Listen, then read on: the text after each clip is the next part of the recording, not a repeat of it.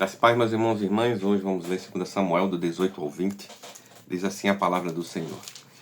Davi contou os soldados que tinha consigo e pôs sobre eles capitães de 1000 e capitães de 100. Então Davi enviou ao povo uma terça parte sob o comando de Joabe, outra sob o comando de Absai, filho de Zerua, irmão de Joabe, e a outra sob o comando de Itaí, o Geteu. E o rei disse ao povo: eu também irei com vocês. Mas eles disseram: o Senhor não deveria ir, porque se formos obrigados a fugir, não se importarão conosco, nem ainda que a metade de nós morra, mas o Senhor vale por 10.000 de nós. Será melhor que da cidade o Senhor nos preste socorro. Davi respondeu: o que vocês acharem melhor, isso farei.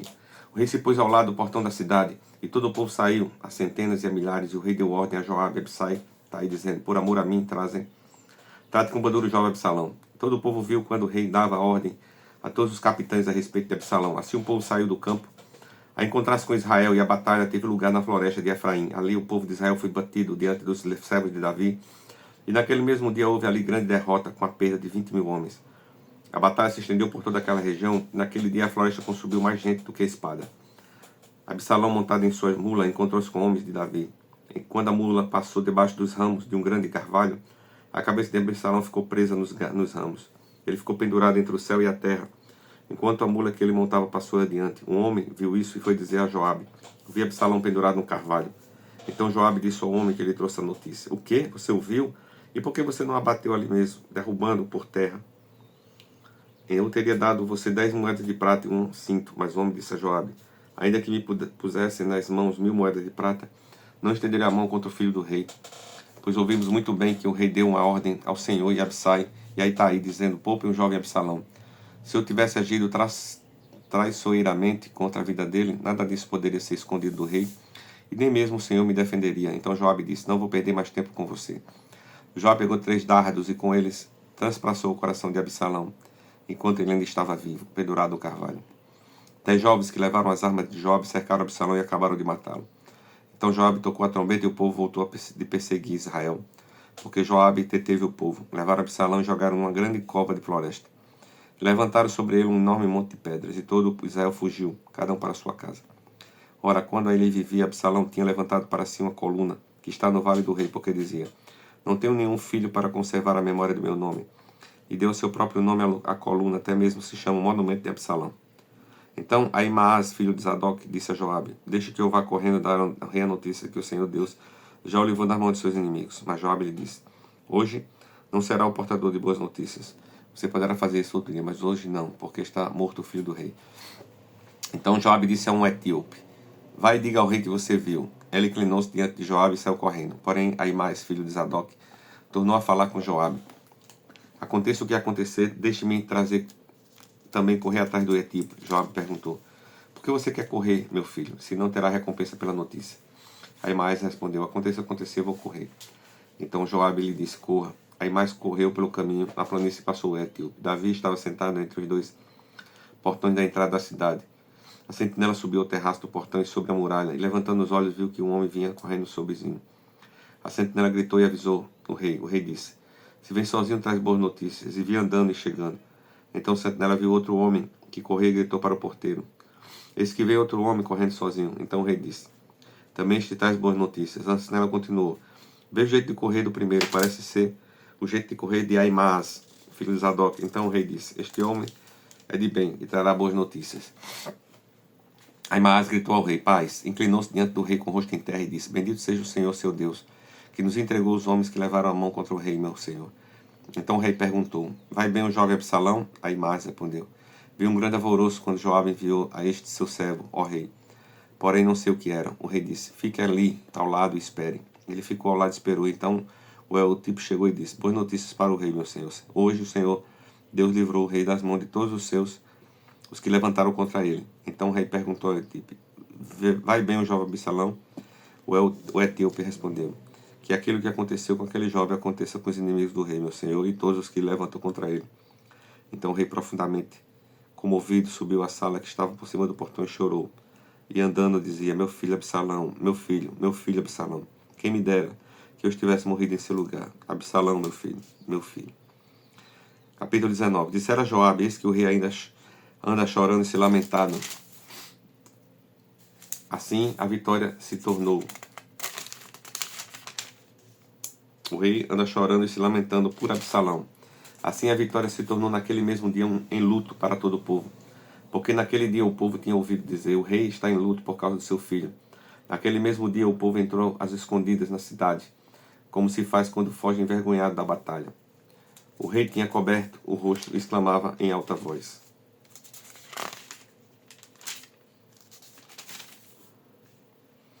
Meu filho Absalão, Absalão, meu filho, meu filho. Então Joabe entrou na casa do rei e lhe disse: hoje o rei envergonhou a face de todos os seus servos, que hoje mesmo livraram a sua vida, a vida de seus filhos e suas filhas, e a vida das mulheres de suas concubinas.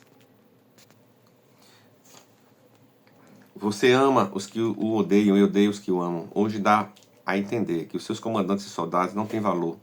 Porque agora entendo que se Absalão estivesse vivo e todos nós hoje estivéssemos mortos, então você estaria contente. Agora levante, saia daqui e diga uma palavra de encorajamento aos seus soldados. Juro pelo Senhor que se não sair, nenhum só homem ficará com você esta noite. E este mal seria maior do que todos que têm vindo sobre você desde a sua mocidade até agora.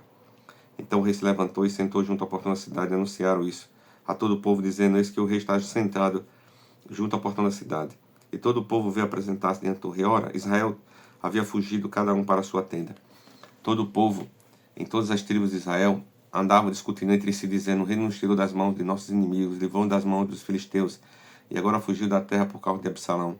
Absalão, a quem ungimos sobre nós, morreu na batalha. Agora, por que vocês estão calados e não fazem com que o rei volte? Então o rei Davi mandou dizer aos sacerdotes Zadok e Abiatar: perguntem aos anciãos de Judá, por que vocês seriam os últimos a trazer o rei de volta ao seu palácio, visto que aquilo que todo Israel dizia já chegou aos ouvidos do rei. Vocês são meus irmãos, são do mesmo povo que eu. Por que então seriam os últimos a trazer o rei de volta? Digo a Amasa: você não é da mesma família que eu? Que Deus me castigue se você não vier a ser para sempre comandante do meu exército, em lugar de Joabe. Com isto o rei moveu o coração de todos os homens de Judá, como se fosse um só homem, e mandaram dizer ao rei: volte com todos os seus servos. Então o rei voltou e chegou ao Jordão, e os homens de Judá foram a Gilgal, para encontrar-se com o rei, a fim de fazê-lo passar o Jordão. Simei, filho de Gera, benjamita, que era de Bauri, apressou-se e desceu os homens de Judá e encontraram-se com o rei Davi. Com ele estavam 1000 homens de Benjamim, bem como Ziba, servo da casa de Saul, acompanhado de seus 15 filhos e seus 20 servos. Entraram no Jordão à vista do rei, e o atravessaram para fazerem passar a casa real e para fazerem com que o que lhe era agradável. Então Simei, filho de Gera, prostrou-se diante do rei. Quando este ia passar o Jordão, ele disse: que o meu senhor, o rei, não me tenha por culpado, nem se lembre do mal que este seu servo cometeu no dia em que o rei, meu senhor, saiu de Jerusalém. Que o rei não guarde isso em seu coração, porque este seu servo sabe que pecou. Por isso, de toda a casa de José, sou hoje o primeiro que veio encontrar-se com o rei, meu senhor. Então Abissai, filho de Zerua, disse: será que Simei não deveria morrer pelo que fez? Ele amaldiçoou o ungido do Senhor. Porém Davi disse: que tenho eu a ver com vocês, filho de Zerua? Querem agora que tornar meus adversários? Morreria alguém hoje em Israel? Será que eu não sei que hoje novamente sou rei sobre Israel? Então o rei disse a Simei: você não será morto. E o rei jurou que seria assim. Também Mefibosete, neto de Saul, desceu a encontrar-se com o rei. Ele não tinha tratado dos pés, nem aparado a barba, nem lavado as roupas, desde o dia em que o rei tinha saído até o dia em que voltou em paz. Quando ele chegou de Jerusalém para encontrar-se com o rei, este lhe perguntou: por que você não foi comigo, Mefibosete? Ele respondeu: ó rei, meu senhor, o meu criado me enganou, porque seu servo dizia: vou mandar preparar um jumento e montarei nele para ir com o rei. Porque este seu servo é coxo, além do mais. O meu criado falsamente acusou este seu servo diante do rei, meu senhor. Porém o rei, meu senhor, é como um anjo de Deus, e faça o que achar melhor, porque toda a casa de meu pai era digna de morte, diante do rei, meu senhor. Mas o rei pôs este seu servo entre os que sentam à sua mesa para comer. Que direito ainda tenho? Que mais posso pedir ao rei? Então o rei disse: por que você ainda não fala dos seus negócios? Eu decido que você e Ziba repartam as terras. Mas Mefibosete disse ao rei que ele fique com tudo, uma vez que o rei, meu senhor, já voltou em paz à sua casa. Também Barzilai, o Gileadita, desceu de Rogelim e passou com o rei o Jordão, para acompanhar até o outro lado. Barzilai era bem velho, da idade de 80 anos. Ele havia sustentado o rei quando este estava em Maanaim. porque era um homem muito rico. O rei disse a Barzilai: venha comigo, e eu sustentarei em Jerusalém. Mas Barzilai respondeu ao rei: quantos serão ainda os dias dos anos da minha vida? Não vale a pena subir com o rei a Jerusalém? Hoje tenho 80 anos. Poderia eu discernir entre o bem e o bom e o mal? Poderia este seu servo perceber o sabor de que come, do que bebe? Por que eu ainda ouvi a voz dos cantores e cantoras? E por que este seu servo se tornaria ainda um peso ao rei, meu senhor? Este seu servo irá com o rei só um pouco além do Jordão, porque o rei iria me retribuir com tal recompensa. Desde que este seu servo volte, e morrerei na minha cidade, serei sepultado junto ao meu pai e minha mãe. Mas aqui está o seu servo Quimá. Deixe que ele passe com o rei, meu senhor, faça o que ele achar melhor. O rei respondeu: Quimã passará comigo, e eu farei por ele o que você achar melhor. Tudo que você me pedir, isso farei por você. Todo o povo passou o Jordão, e o rei também passou. E o rei beijou Barzilai e o abençoou. E Barzilai voltou para casa. Dali o rei foi para Gilgal, e Quimã foi com ele. Todo o povo de Judá, a metade do povo de Israel, acompanhando o rei. Eis que todos os homens de Israel vieram falar com o rei, e lhe disseram: porque os nossos irmãos, os homens de Judá, roubaram o rei, e o trouxeram para este lado do Jordão, com a casa dele e todo o servo de Davi. Então todos os homens de Judá responderam aos homens de Israel: porque o rei é nosso parente, e porque estão irados por causa disso? Será que comemos à custa do rei, ou ele nos deu algum presente? E os homens de Israel responderam aos homens de Judá e disseram: nós temos 10 vezes mais direito sobre o rei do que vocês, e Davi é mais nosso do que vocês. Por que então fizeram um pouco caso de nós? Não fomos nós os primeiros a falar em trazer o nosso rei de volta? Porém a palavra dos homens de Judá foi mais dura do que a palavra dos homens de Israel. Aconteceu, capítulo 20, aconteceu que estava ali um homem perverso cujo nome era Seba, filho de Becri, homem de Benjamim. Ele tocou a trombeta e disse: não temos parte em Davi, nem herança no filho de Jessé, cada um para suas tendas, ó Israel. Então todos os homens de Israel se separaram de Davi e seguiram Seba, filho de Bicri. Mas os homens de Judá se apegaram ao seu rei, conduzindo desde o Jordão até Jerusalém. E Davi foi para o seu palácio em Jerusalém. O rei tomou as 10 concubinas que tinha deixado para cuidar do palácio, e as pôs em custódia, e as sustentou, porém não teve relações com elas. Elas ficaram enclausuradas até o dia em que morreram, vivendo como viúvas. O rei disse a Amasa: convoque para dentro de 3 dias os homens de Judá e apresente-os aqui. Amasa saiu para convocar os homens de Judá, mas demorou-se além do tempo que lhe havia sido dado. Então Davi disse a Absai: agora Seba, o filho de Bicri, nos fará mais mal do que Absalão. Por isso pegue os servos do seu senhor e vá atrás dele, para que não ache para si cidades fortificadas e nos escape.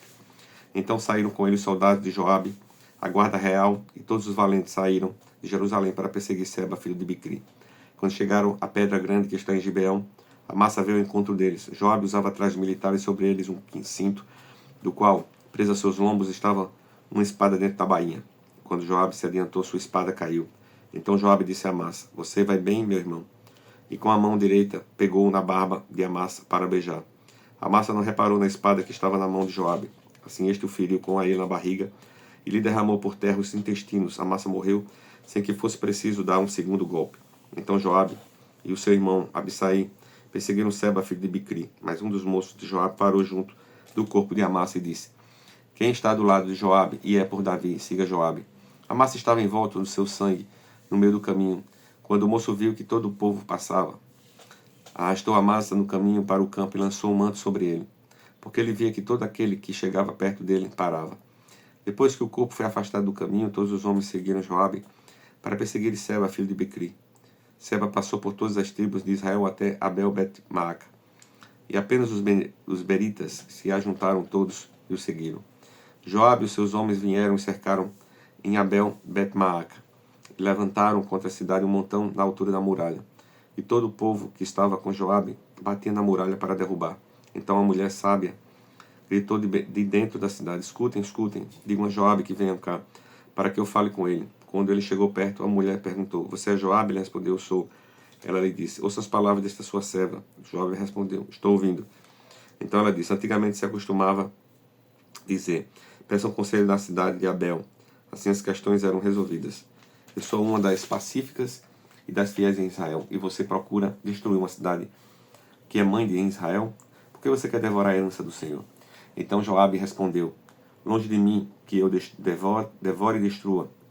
A coisa não é assim. Porém, um homem da região montanhosa de Efraim, chamado Seba, filho de Bicri, levantou a mão contra o rei, contra Davi. Entregue-me só este, e eu vou retirar da cidade. Então a mulher disse a Joabe: eis que a cabeça dele será jogada por cima da muralha para você. Então a mulher, na sua sabedoria, foi falar com todo o povo. E cortaram a cabeça de Seba, filho de Bicri, e a jogaram para Joabe. Então Joabe tocou a trombeta, e eles se retiraram da cidade, cada um para sua casa. E Joabe voltou para Jerusalém para junto do rei. Joabe era comandante de todo o exército de Israel. Benaia, filho de Joiada, era comandante da guarda real. Adorão era chefe dos que estavam sujeitos a trabalhos forçados. Josafá, filho de Ailude, era o cronista. Seva era o escrivão. Zadok e Abiatar eram sacerdotes. Também Ira, o Jairita, era ministro de Davi. Palavra de hoje, pastor Adaína.